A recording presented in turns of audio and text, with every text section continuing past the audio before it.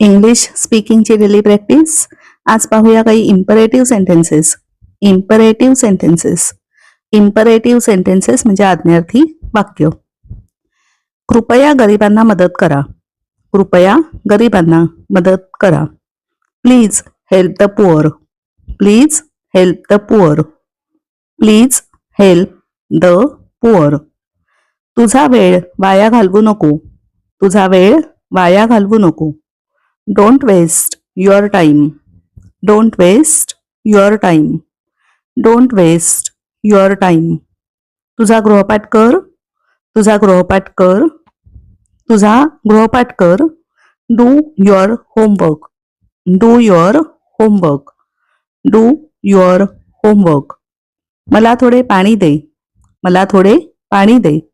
Give me some water. Give me some water. Give me some water. खरं सांग. खरं सांग. Tell the truth. Tell the truth. Tell the truth. तुझं नाव लिही. तुझं नाव लिही. Write your name. Write your name. Write your name. हे पुस्तक वाच. हे पुस्तक वाच. Read this book. Read this book. Read this book. हळू बोल. हळू बोल. Speak slowly. Speak slowly.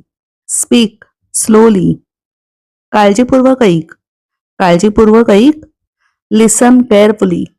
लिसन केअरफुली. Listen carefully. तिथे जा. तिथे जा. Go there. Go there. इथे ये. इथे ये. Come here. Come here. Come here.